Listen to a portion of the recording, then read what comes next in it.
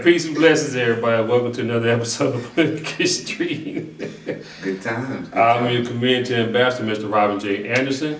On Political Street, we interview people doing amazing things in our community, like business owners, community leaders, and our elected officials. Political Street is not a political endorsing podcast. We're here for information purposes only. So with that being said, I have third time the charm is Mr. Vic Woods, man. Vic and I, we met through Instagram, strangely enough. We don't know how it happened, but we ended up following each other, man. So every morning I see the two different Instagram pages. I just didn't know that it was both of them were you, you know what I mean? And so, but first off, Vic, tell everybody where you from, where you grew up. You know, I'm assuming you went to high school in Houston, whatever. Where you from, man? I was born and raised in Houston, young guys. First of all, I'm Vic Woods with IBRC Associates. I'm glad you had me on the show. Yeah, third time the charm.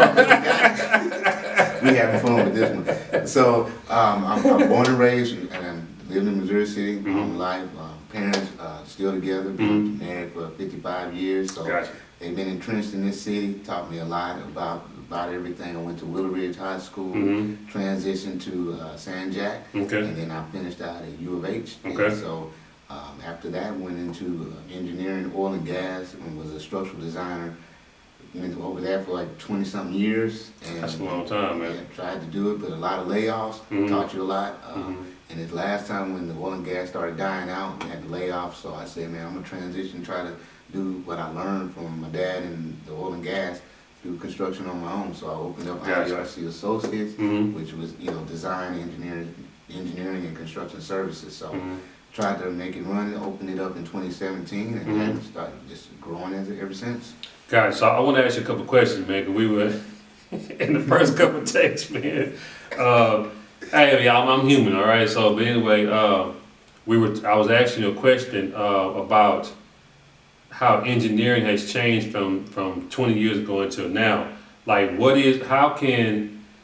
changed as far as like, cause I know I mentioned I have a friend he has an architecture firm. He mentioned that, there's a lot of prejudices going on in there to where, you have bigger firms you're supposed to give it to the smaller firms, but that's not happening. He's basically having to scrounge to find work and whatnot. So he's like creating his own lane, which is kind of what you're doing now to get work, you know what I mean? So how did you first of all adjust in those 20 years up until now?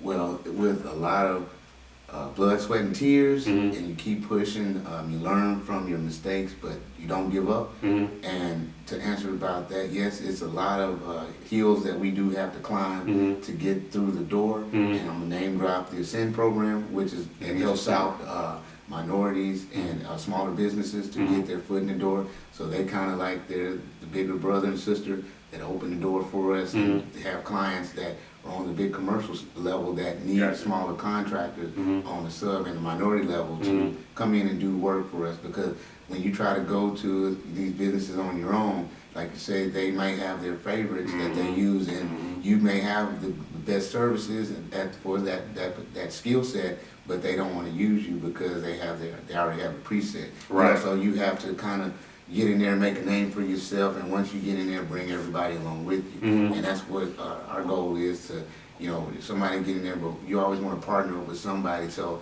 that, you can watch their back and they can watch yours, and, they can return the favor down the line, So you want to meet people that's in your industry, smaller businesses, but you have a good connection and, make things happen. Gotcha. That's what's up, man. Like I say, it's in the second take, we were talking about how I asked you about what changed between from the 50s, 60s, 70s when it had more quote unquote minority business contractors, what you call them, right? What happened? How come this skill set don't have as many as it was before? A lot of that is like the older ones.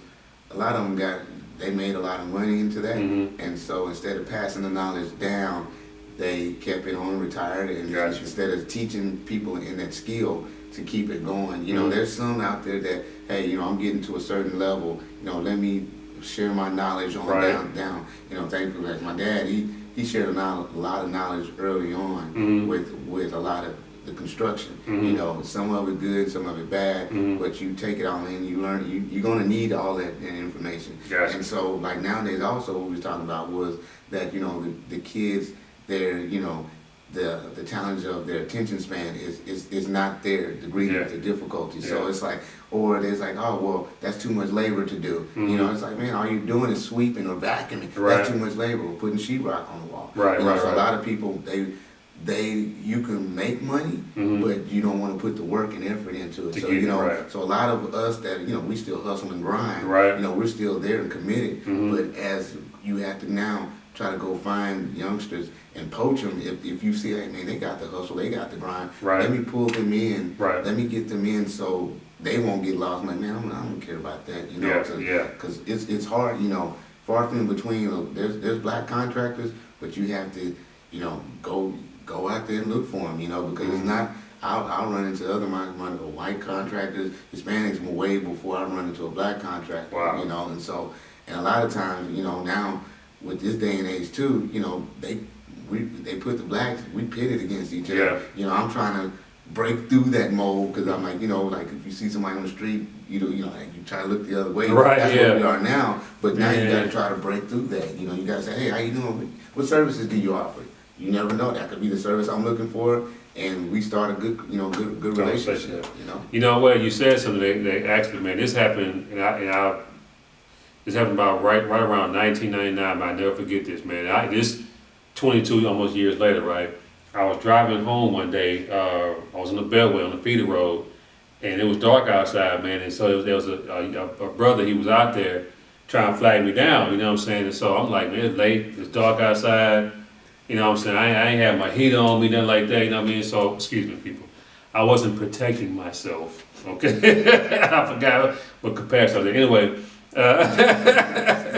I didn't have my firearm on me, and so I just immediately thought that maybe this is some kind of a hustle or a game to get me in, you know what I'm saying, and take my car. But that man could have really been in need, you know what I'm saying? So for 20-some years later, I still remember that, man. So I think that's why I do, even now, like I go out of my way to help people because you just never know, because that could have been me. You know what I mean? And so, but anyway, I just thought about that. It came back to, that's I try to forget that. Good things ever since. Yeah, exactly, man. So, so I see here you say you do engineering services, residential, commercial, structural detailing, roofing, home improvements, concrete foundation, painting, pressure washing, siding, new construction, plant services, civil site work, electrical, patios, fences, kitchen, plumbing, and flooring. Those are the services. So, but I'm not sure what these differentiators. So it's like we do, like the quality of service. We try to go over and beyond, but we also try to be just basically, you know, just cooler than a mug. You know? So you try to talk to people like, you know, like if that's your home. You know, you just try to be real and open and honest with them. Just say this is what it's going to take to fix this. You know, which way do you want it? Do you want the high end? Do you want the medium? Do you want just to get by? I got you. So, but I like to lay things out and put the options out there for people to see. Like, okay, I never thought of it that way. Now look at it. Now we do like competitive pricing. You know, everybody has to make a little money. You know, so we are out there to, you know, we're not the highest and we're not the lowest. Gotcha. You got that medium, right? That medium level. Gotcha. Sometimes medium. You know, just to get in the door. Not just medium, man. But just to get in the door, sometimes you got to make those changes, and then, you know, we are always on time. We try to put out a schedule, get that schedule, and try to conform to that, you know, throughout every project. Gotcha. And then, you know, everything, when we first talk, free consultation, and that's like, we get to know each other, because we're going to do business together. You know, at least know. You can at least know what your client wants and kind of see, and then they can kind of get that trust factor if they want to use you, Gotcha. you know, and then use you in the future, you know. Gotcha. Okay. And so then I keep the business, you know, in the family. You know, like I said, I have my dad as my structural engineer, and I have my son, you know, I'm getting him, starting to do my IT and all my computers and stuff like that. So, you know, with over 40 years of experience, you know, just getting it in and making this happen, man, and trying to, like, being entrenched in Houston as well, is you want to get into the community and also put your stamp on, hey, I'm doing modifications and beautifying the city as well to make the transitional change. So, like I said, I'm thinking, my one big goal is to, like, everybody do something with the dang Astrodome, you know. We need to bring something in to where you know, it brings something else to the city to where we can make it to, like, man, Houston is a place to go. You're not just the restaurants, Right. but they can have the restaurants inside. Inside It's there, the you're new right. dome, you You're know. right, you're right. It's something that, you know, don't utilize. I mean, we got tons of space over there. That's that true. could be the new hub. I mean, it used to be an That's amusement true. park that they That's still true. killed from us, Right. you know. So my thing is, you know, we got to think for the future, because now we're the ones that got to lead everybody into the next step. So, you know, do we want our city to grow, or do we want it to fall off? You know, so we want to transition and grow and be a little futuristic city, I but agree. also still have the H-Town roots that we do. I agree. Astrodome, man, I agree. Like it's we had to figure out something to do with that, because like it's been sitting there for what, almost 10, 15 years, going on than that. 'Cause to Texas, not to Texas, the Oilers love. In 97, 98, something like that. Mhm. We going almost 30 years on that thing just sitting over there. Golly, You know, man. Astroworld's been gone even longer, you know, because they took that down. So, you Yeah. know, like our entertainment, you know, where kids can, because they think about all our entertainment money is going to other cities. Other cities, yeah, and, I agree. They could be having cities come here and do some type of amusement. And that's what one of the biggest irritations for me is, like, we don't have amusement to keep kids and keep Out of families trouble. together and, Yep. and to go down. Because, like, you know, when we was growing up in the city, we had Fame City. We had all kind of stuff to go through. Fame City. See, you had, you had things to keep that our parents could just ship us off to Yeah, yeah, for a yeah. day or two, and we good to go, you know. But now, though, I'm not gonna lie to you though, Vic. I think what's happening too. So two things. For some reason, I don't remember the rodeo being as big as it was up until maybe about 10 years ago. Because was rodeo still here when Asteroid was here? Yeah, rodeo was still here. Okay, I never remember. died. Yeah. Rodeo was still here. So I guess what they did is, because they figured that they can make the rodeo grow by turning Asteroid into a parking lot. True. But I think that's what happened. So the more parking lot they had, the more they can have the rodeo come in, people make money. So I guess they weighed the options or whatnot. That's probably why they haven't done it. But I did hear that they were trying to do a amusement park going towards 290, in between Waller, I want to say, or is it? No, they did actually build one. It's in New Caney. They did actually build an amusement Where's park. New Caney? Going on 59 North. They built one. Really? Yes, sir. So is it past Cleveland? It's almost out there. It's like 40-minute drive from Houston. Okay. It's right. I forgot. I think it's called Big Tex something. Okay. It's called Big Tex Amusement Park. And I haven't been up that way in a while. They broke ground like 2 years ago, and I think Okay. I think they're supposed to open it. Well, when COVID hit, they slowed down construction, Mhm. but they was on schedule to open, because it's supposed to be open in 2020. Mhm. But like when the COVID hit, I know they Gotcha, slowed down. okay. They got a lot of it already built. If you Google out there, I think it's Big Tex Amusement. Mhm. You can see because that's supposed to be like the new Astroworld coming up. You know? Gotcha. I didn't know that, But man. the So. thing is, like, you got to drive to, you know, like the Astroworld was central. Mhm. Everybody came one. Nah, way. it wasn't really central, man. That's more so south side. Yeah, man. that's what I think was central was. Nah, man, not for the north side, man. You know what I mean? So, It was a but, beautiful location. right. So, so tell me. I kind of have an idea, but tell me what actually inspired you to become an entrepreneur and do your own thing. Well, one thing is, you know, like I said, the first thing that motivated me was, you know, I like to work, you know, so it was just, why am I not good enough? Why am I not good enough? Mhm. You know, when you know you're good enough, Mhm. but it's just, they got a numbers game, and then the skin color, Mm-hmm. they just lay you off. You know, Mhm. you're like, man, okay, what can I do? Well, I need to reinvent something or do something, because I'm tired of this in between. So then I was like, man, you know, going in, and my dad was like, hey, I got a couple of side jobs, you want to manage them? Mhm. Man, I could actually do this myself, Mhm, you know. mhm. And then I was like, you know, let me look into this a little bit more, Mhm. and see what make a construction company work, you know. And That's so, what's up. and when I first started, of course, people like, see, like, who are you, you know? But then they go get the Hispanic stuff, and Mhm. like, they have no credentials whatsoever, you know. It's like, hey, I got to build them, but they give them the work, and, you know, I'm coming with, like, oh, I got paperwork, you know, I got this, I don't want to use you. Like, man. But then people started, you know, you landed your first job, you started utilizing that, and Okay. then word of mouth started coming. Then Right. people started saying, I said, let me put a website. Start putting little things out there, Mhm. just so everybody can, you know, see the work. And, you know, now, you know, I'm not where I want to be, Of course but not, yeah. but I got that drive and ambition to get there, you know. And you know, some days it's great, some days like what the hell, But I mean, that's a part of being an entrepreneur, right? And a you gotta ride that wave, you gotta man. ride that wave, you know. But the good thing at the end of the day, man, it's like you make your own decisions, and you. It's like, okay, well, some decisions don't work out, but you made that decision. It's like we talked about, we learn from everything, you know, good and the bad. So it's like, man, that decision is like, that wasn't a good decision, but, you know, I learned from that, you know, and I know how to address that next time, you know. Gotcha, man. But yeah, I don't, it's like, man, like I've been here, well, you know what, there's a guy that's in Acres Home, he's building homes. I don't know if he's a contractor now, his name is J.G. Hollins.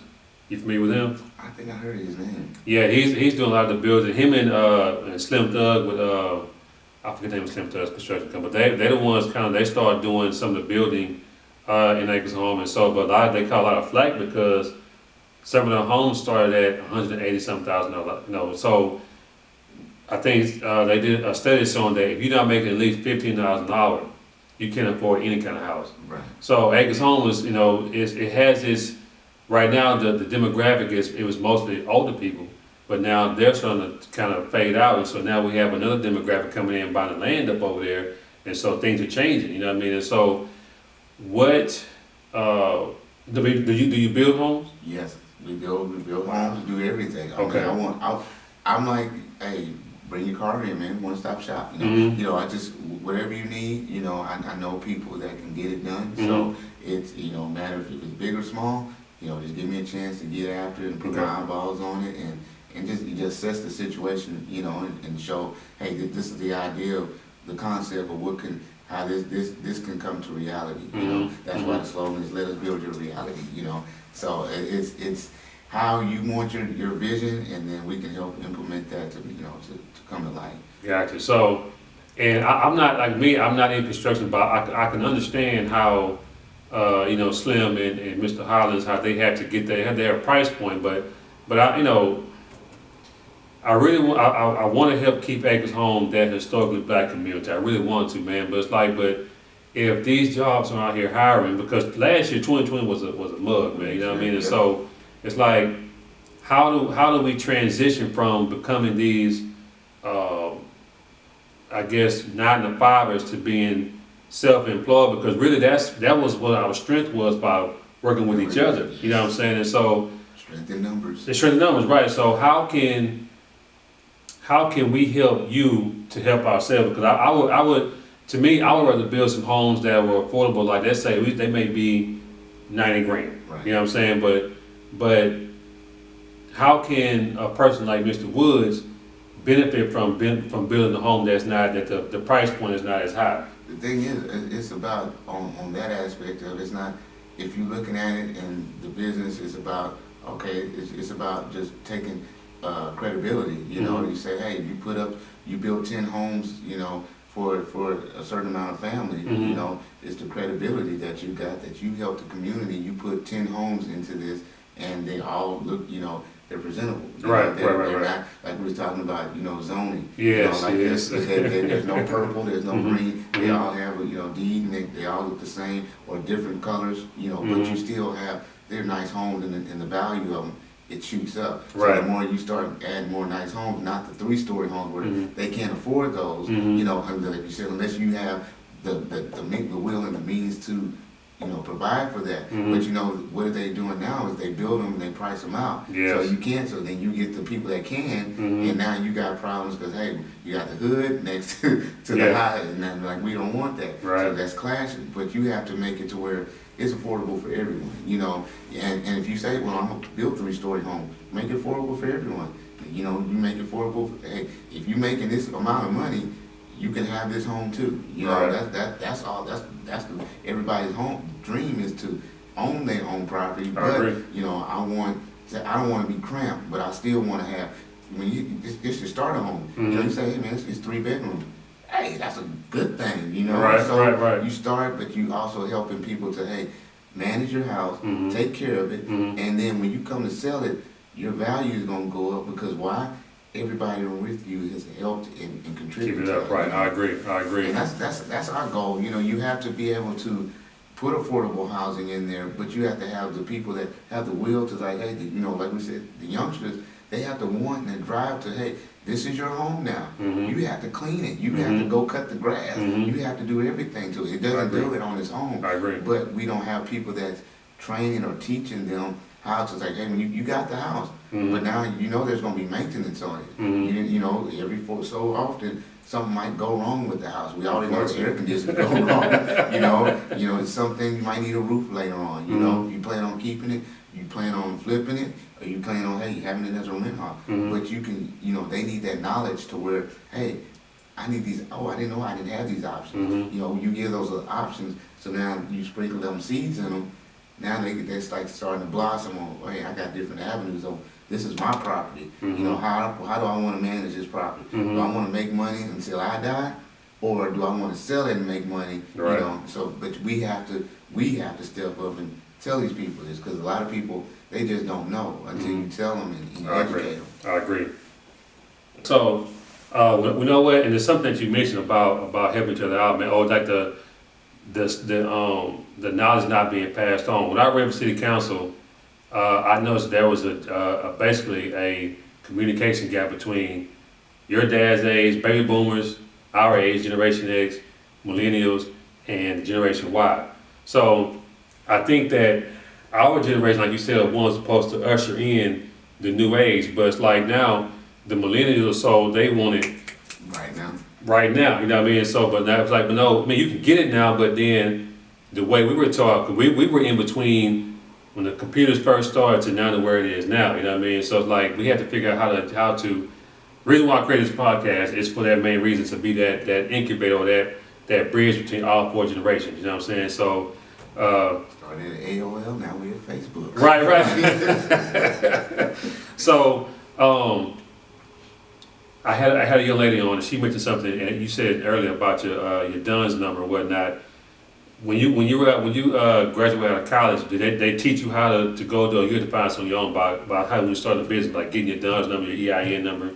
They didn't teach you any of that in school. Wow. You have to, like I said, the will, and you have to go out and find it. Like I said, there's a lot of new programs out there that are helping smaller businesses now than 4 years ago when I was getting going. You know, you had to hunt and look around and basically hire somebody to help you. It's like, man, if I'm opening my business, it should be free. You know, right. It's free. Right. But to get to the next point, you have to hire somebody to do it. And when you start out with a business, hell, money's coming out of your pocket. That's you right. know? So you're like, I can't afford this. I can't do this. But you know, I learned you gotta do things bits and pieces. You know, the puzzle ain't gonna be solved overnight. So that's the first thing when you get in your head doing business for yourself. You can't solve the puzzle and make $1 million overnight. You gotta grind and grit, and you know, and it's a fun puzzle because it's your puzzle that you're putting together. You have to see how you make it work. Some things you can be ahead in, like, you know, like I said, when I first got in, I didn't know what a Dun & Bradstreet was. I signed up, you know, but then after I realized, I looked at it and I studied, like, oh, okay, this is for my business credit. Oh, now I see how people get those new lines of credit and stuff like that, because they got a Dun & Bradstreet, that's a business credit. Why was I always getting denied? Because I'm using my personal credit. Yeah, wow. And so you look at that and like, oh, okay, well now that's different, because now I have a business credit line. So now they're starting to look at my Dun & Bradstreet with my business account. So it's like, okay, now it's like when I'm starting to differentiate the two. You know, this is my personal and this is my business. Right. I have to run my business and keep that straight and clean, because hey, if I want more things to grow, so if I get a bigger project, it might be 100,000 or 200,000. Well, I can go out and get the means, got the capital, go ahead and close it out and move on to the next. You know. Wow, man, you really just dropped the bar, man. Because like, I think what's going to happen now with this whole COVID situation going on, I think a lot of you either I try to walk a fine line with this, but if last year didn't teach you how to go out and get it, you ain't gonna go get it, man. You know what I'm saying? So, well, people got that PPP, basically. They got it. You know, some people was creative. I can say that. Right. I should not be this. Yeah, nah. So, what kind of advice would you give somebody from what happened last year to now, what kind of advice would you give a person that wants to be an entrepreneur, get out there and get started? What would you tell them? Well, you know, you have to have a pretty much a heart-to-heart talk with yourself if you want to grit and grind. And some days, man, it's 24 hours a day. You know, because it's what you want to do. It's your passion, whatever it may be. But you have to come to yourself like, I want to succeed in this. You know, and I think, you know, it's trial and error sometimes. But if you really got the heart and passion, then you can make it work. And you believe in yourself that, hey, I can make this work, you know. And if you got the trust in yourself, and then you start pulling in people that believe in your core values, then it starts to get a lot easier. You know, the first thing off the bat is, you know, you build that core structure, and if everybody's on the same, and that ball is all glued and circular, it's gonna start roll. That's right. That's true. I agree. But if it's somebody's putting air in, you know, taking air out, you're gonna have wobbles. But if you start off, you know, talk to whoever you trust the most, but you got to trust yourself the most to be able to pull it off. That's true. And once you do that, then, you know, you start getting out there talking to folks, and, you know, you can't give up, you know. Right. People, That's the easy part. People on the first week will tell you no, because they don't know who you are. So you can't get deterred by no, you know. Get used to it. Get used to say no, because when somebody says yes, you're like, oh shit, okay, what do I do now? Oh, wait, I don't have a contract. Let me, but you learn it as you go. That's you know, but because like I said, when I first got started, man, people told me no all the time. You know, like, man, this thing sucks, because everybody telling me no, but I didn't stop. I'm like, oh, okay, well, people tell me no on this end. Well, you got a lot of legwork you could do on your own business, you know, like getting registered with the city and the state, you know, hub, minority, you know, you start like, okay, well, I can do that while people are still telling me no. And you still gradually growing your business. And then when you start coming with a capability statement, they read it, they see it, okay, you mean business, okay?